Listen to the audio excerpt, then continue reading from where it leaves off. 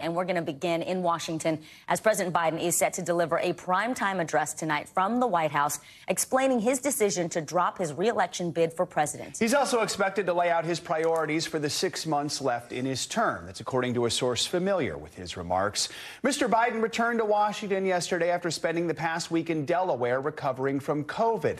The president dropped out of the race on Sunday after weeks of pressure from fellow Democrats to step aside. His poll numbers dropped and fundraising plummeted following his debate performance last month against former President Trump. Meanwhile, Vice President Harris held her first campaign rally yesterday in suburban Milwaukee since she became the de facto Democratic nominee after enough delegates have endorsed Ms. Harris to win the party's nomination. Now, she discussed the importance of the campaign with her supporters. Let's also make no mistake, this campaign is not just about us versus Donald Trump. This campaign is about who we fight for. Leading us off this morning, NBC News White House correspondent Monica Alba. Monica, good morning. So let's begin with Vice President Harris, her first campaign rally as a candidate for president this year. What was her message to voters? Did the mood feel different at yesterday's event? It was the largest event of the former Biden campaign, now Harris campaign to date, meaning there were more people there than had ever gathered in an event or rally like that for President Biden. So I think that was significant in terms of trying to capture the enthusiasm that Democrats hope will provide a little bit of momentum here. And then you saw Vice President Harris there talking about how she plans to prosecute the case against Donald Trump, but also trying to frame it in a larger context about the contrast. Listen to a little bit of that. We who believe in the sacred freedom to vote will make sure every American has the ability to cast their ballot and have it counted. Building up the middle class will be a defining goal of my presidency. Donald Trump wants to take our country backward. He and his extreme Project 2025 agenda will weaken the middle class. And basically, she will now have given a speech almost every day since launching her campaign. It was Monday at campaign headquarters, yesterday in Milwaukee. Today she goes to Indianapolis, and tomorrow she'll be in Houston, Texas, speaking at the American Teachers Federation convention, guys. Busy schedule. Monica, the Trump campaign has filed a new complaint with the Federal Elections Commission against the Harris campaign. This because of campaign finance laws and funds that were originally part of the Biden campaign. What do we need to know about that? Yeah, so essentially that apparatus was just transferred. When Joe Biden decided to leave the race, they said, OK, we're going to hand it all over to now the Harris for President operation. And Democrats feel confident that this suit won't have much standing because her name was already on the ticket. That's what they've argued. They're going to say they think it will hold up in court, but we'll just have to see exactly how the D-N.J process plays out in case there are any wrinkles there. Monica, let's talk about President Biden's speech from the Oval Office tonight. It's different from LBJ's speech in 1968 when he stunned the nation and announced he would not seek another term. Still, this is going to be history. So what can we expect to hear from the president?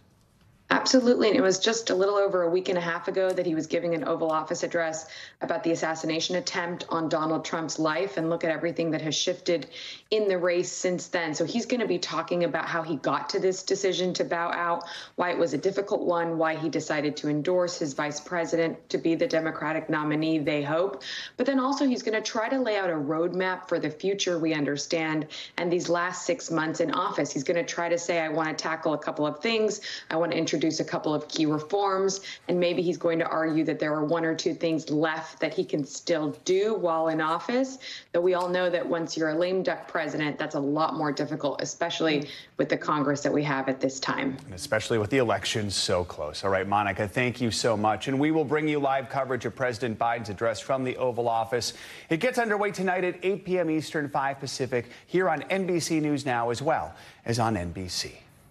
Well, with many Democrats now standing behind Vice President Harris in the race for the White House, the announcement of her campaign has given Gen Z voters a much-needed energy boost. That's important because young adults could be one of the most influential voting blocs in this year's election. NBC News correspondent Antonia Hilton spoke with some of those voters. She's here in studio with more on what they had to say. Antonia, good morning. Good morning, guys. In Michigan specifically, the youth vote is extremely important. That state has the highest youth voter turnout of any state in the nation. And so the Democrats, if they want to get their polling up there, they really have to talk to these voters. They're now taking a bit of a closer look at Kamala Harris. Take a look. In battleground Michigan, young voters are processing President Joe Biden's historic decision to exit the race. Already, momentum is shifting to his vice president, Kamala Harris. I think she really has an opportunity now to rebrand herself and introduce herself to the country in a new way. These Gen Zers are all Democrats and have never had the opportunity to vote for a president who wasn't in their 70s or 80s. What do you think it is about her? We know that she's a powerhouse speaker. She has a level of authenticity that, you don't always see from politicians. For weeks, young people have been sharing memes across social media, highlighting Harris's speeches and affectations. One Gen Z favorite? You think you just fell out of a coconut tree? A May 2023 speech in which Harris shared something her mother used to say. You think you just fell out of a coconut tree? You exist in the context of all in which you live and what came before you. Growing up, I didn't think that an Indian woman like me could even be involved in politics. They're worried about reproductive rights, gun control, and climate change. She has been the Biden campaign's most effective messenger on the issue of abortion access and reproductive freedom. But young people have been unsure about Biden. In Michigan, a state with a large Muslim population, many communities are outraged by the Israel-Hamas war and grateful to Harris, who has long pushed for a ceasefire. That's the bare minimum that we've been asking for. And I think the main issue is that we're not seeing any change. I think we will stay uncommitted until we can build trust. A Tufts University study found Michigan had the highest youth turnout in the nation in 2022. I feel like this country has a long history of not really listening to the younger population, and I think Gen Z is just at a point where we're just tired of feeling unheard. Do you think she's still going to have to fight to earn the youth vote? Oh, yeah. But for now, they say, she's been able to breathe new life into an election they thought had gone stale. Yeah, these voters, they tell me they're going to be watching her very closely in the coming days. They want to see, what does she say about abortion while she's out on the campaign trail? How does she talk about the climate? Does she talk about housing and all our fears about being able to afford the high cost of living in this country right now? The other thing I think we should all keep an eye on is what happens as all these students go back to school in the fall. Are there renewed protests over the war? Right. And are they looking to this nominee, potential nominee, to say something different than what we've seen from the administration in recent months? I think that's really where we're going to see the biggest test of her relationship with young people. Really fascinating when you pointed out this is the first election that they're voting for someone who's not in their 70s or 80s. I mean, think about that, right? They kept bringing that up. Okay. All right, Antonia Hilton, thank you so much. Appreciate it. All right, later today on Capitol Hill, Israeli Prime Minister Benjamin Netanyahu will attempt to shore up U.S. support for Israel's war in Gaza. He's going to deliver a highly controversial address to a joint session of Congress. At the same time, the Prime Minister is facing mounting pressure to make some kind of deal for Israel hostages who have now been held by Hamas for 9.5 months. Netanyahu is expected to meet separately with President Biden and Vice President Harris tomorrow, while a meeting with former President Trump has been scheduled for Friday. Netanyahu's visit is sparking protests in D.C. from both anti-war demonstrators and hostage families that are urging him to secure a deal for the hostages' release. Now, inside the Capitol Hill's Cannon building, yesterday, hundreds of Jewish protesters from the group Jewish Voice for Peace staged a sit-in. They were calling for an immediate ceasefire and for the U.S. to stop providing arms to Israel. Police say about 200 protesters were arrested. Netanyahu's speech is also dividing Congress, with dozens of Democratic lawmakers planning to boycott the address, including Maryland Senator Chris Van Hollen. All of us who care about our partnership, both in America and in Israel, should understand the enormous damage that Prime Minister Netanyahu and his current extremist government coalition are doing to our relationship and to Israel's standing in the world. So, Mr. President, it sends a terrible message to bring him here now to address a joint session of Congress. We're joined now by NBC News Capitol Hill correspondent Ali Vitale and NBC News International correspondent Raf Sanchez, who's in Tel Aviv. Good morning to both of you. Ali, tensions clearly running high in Washington over this visit. What are we hearing from lawmakers on both sides of the aisle ahead of this speech, and how many Democrats are actually expected to skip it? Well, what you heard there from Senator Van Hollen is actually indicative of what most Democrats say who are skipping the speech, or at least thinking about skipping the speech. Right now, we have dozens on our tracker in terms of people who say they're not going to be in attendance today. Some people, though, say they're still deciding, feeling like maybe they should sit there even though they disagree.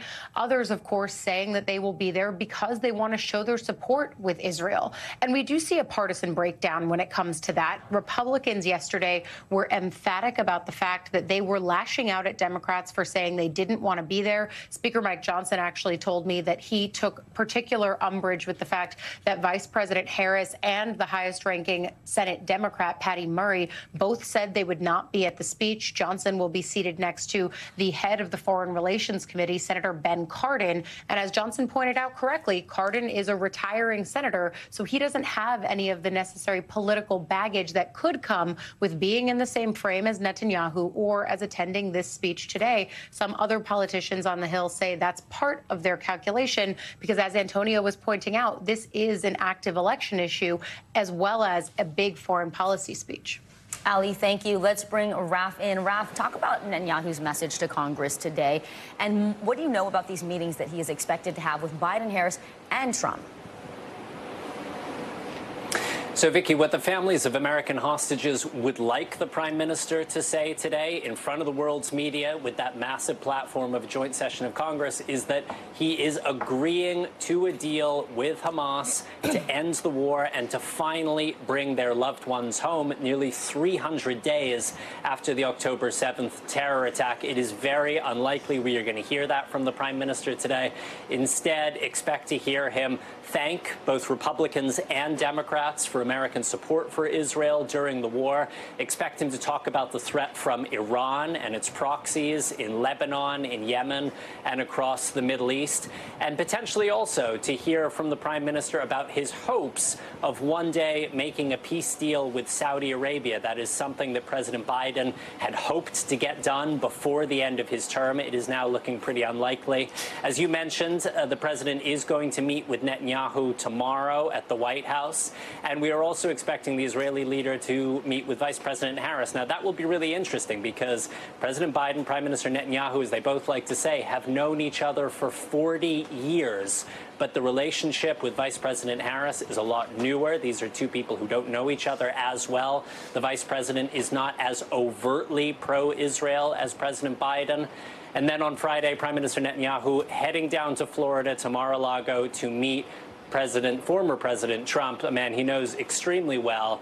And while President Trump was extremely supportive of Israel in office, the two men actually had a relationship that soured pretty dramatically towards the end of the former president's term. Guys. So, Raf, we know you're watching the developments in Gaza where more Palestinians are being forced to flee Khan Yunis amid that massive Israeli assault. What is the latest there? Yeah, Joe, so Israeli forces once again in Gaza's second largest city on the ground. They've been pummeling the city with intense airstrikes. More than 40,000 people have been ordered to evacuate, and some of those are people who had been sheltering in the so-called humanitarian zone near the coast. So these are people who had already left their homes, going in search of safety to an area that Israel designated as at least safer.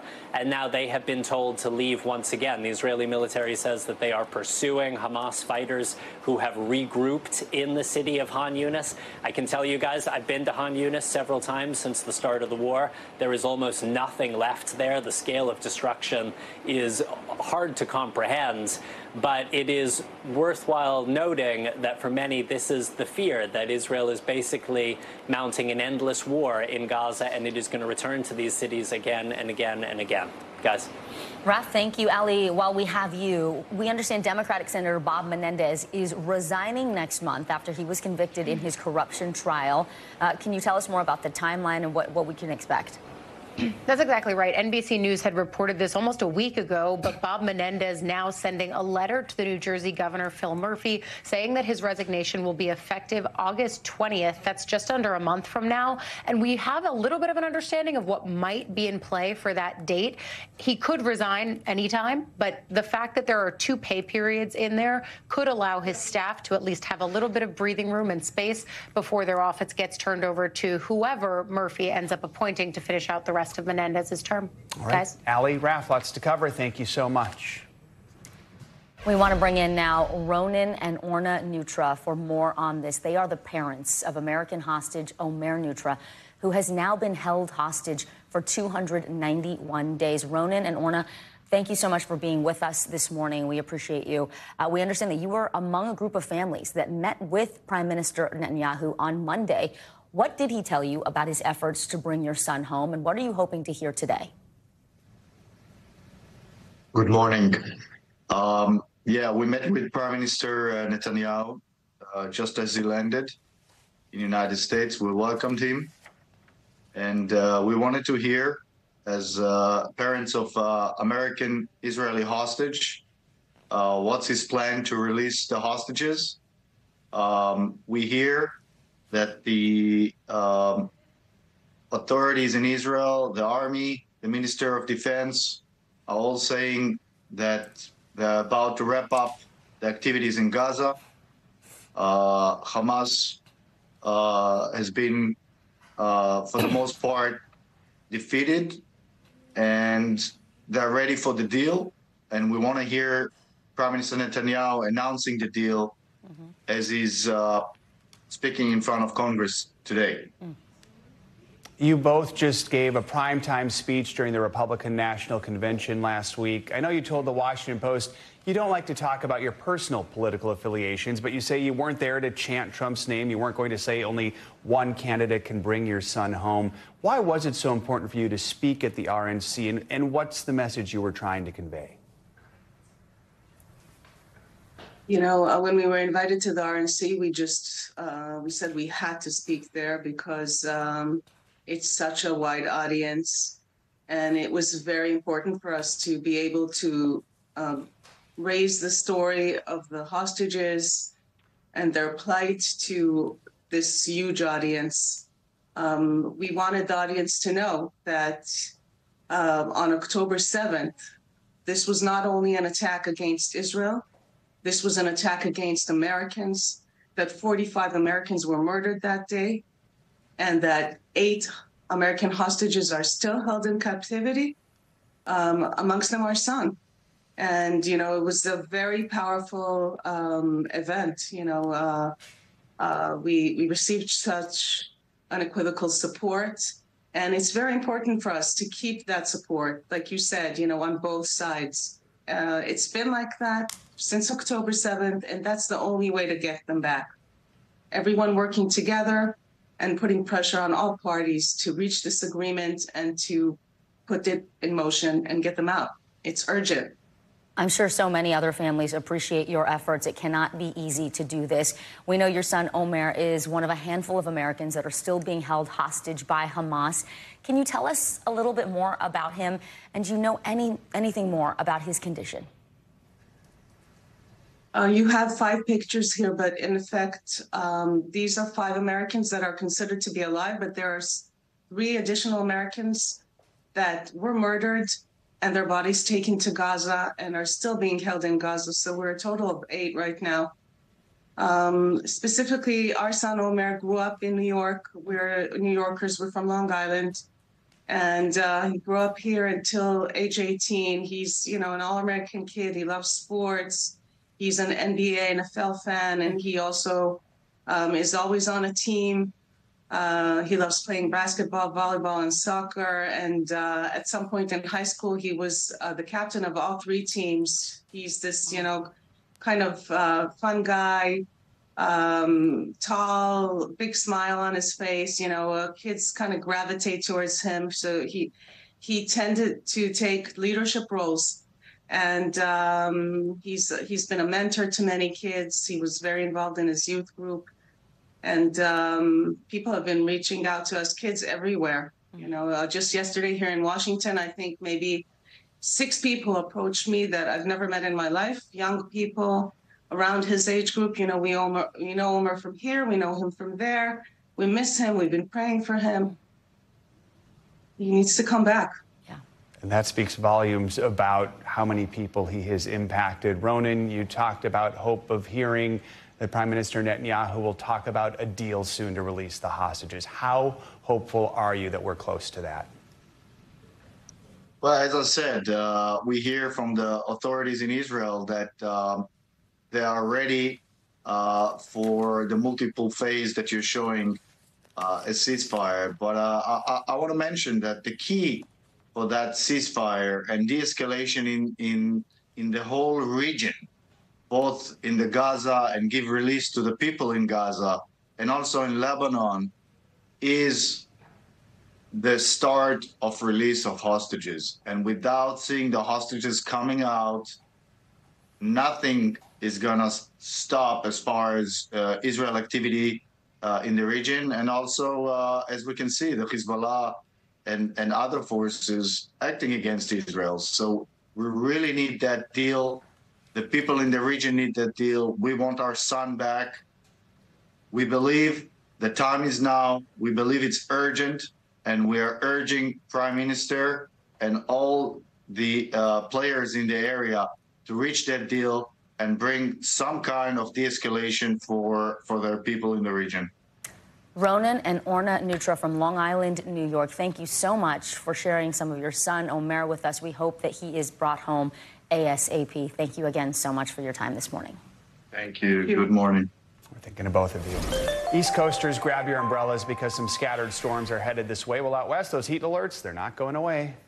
Meteorologist Angie Lastman is here with the latest on all that and more. Hey, good morning, Angie. Hey, good morning, guys. We sure are unsettled across much of the east. It really ranges from parts of the Gulf Coast, stretching all the way to the mid-Atlantic. We've got some of these showers across parts of northern New England as well. But this general vicinity of the southeast is where we're going to be watching for the most impactful weather through the day today as far as rain is concerned. You'll notice places like Houston to Jackson already waking up to some wet weather. We've seen some of these showers rolling through the Carolinas this morning as well. And that's something we're going to continue to watch through the day today. But specifically, we're concerned about the flooding happening likely as the day goes on across parts of Texas and Louisiana and parts of Georgia as well. Here's why. We've got this stationary front that's kind of just hanging around the same general area. It was around yesterday. It's going to be there tomorrow. And it's leaving us with the potential to see some of these kind of slow moving storms in that region. The localized downpours could be impressive too. So rainfall rates will be up there. And that means that a slow moving storm, a whole lot of moisture to tap into, and the flooding will be something that we'll be concerned about. Specifically, again, across parts of Texas and Louisiana. Notice Lake Charles, Houston, New Orleans, stretching up into Atlanta and up into the Carolinas. That's where we have a slight risk, but there is a moderate risk right centered around the state line between Louisiana and Houston, or Louisiana and Texas, rather. Now, that area has seen ample amounts of rain in the past couple of weeks. We know it's been a pretty saturated kind of region. We've got saturated soils right now. And with those high rainfall rates, it's not going to take much for us to see the flooding occur. And this is going to be something we'll see kind of even through Friday. So here's those rainfall totals we can expect between now and then. Notice the numbers, anywhere from 2 to 3 inches is going to be the more widespread amounts. We'll have maybe an inch or so for a bigger area across this region, but anywhere from 5 to 9 inches of rain will be possible across this region with some localized spots. So this is why we're concerned, not just today, but through at least the next couple of days, guys, for flooding. It's been already a really soggy season for them there. So we're going to be watching that closely here as that stationary front kind of just hangs around. Doesn't seem to be stopping. I know the ground is so saturated for those folks already. Angie, thank you. Thanks for watching. Stay updated about breaking news and top stories on the NBC News app or follow us on social media.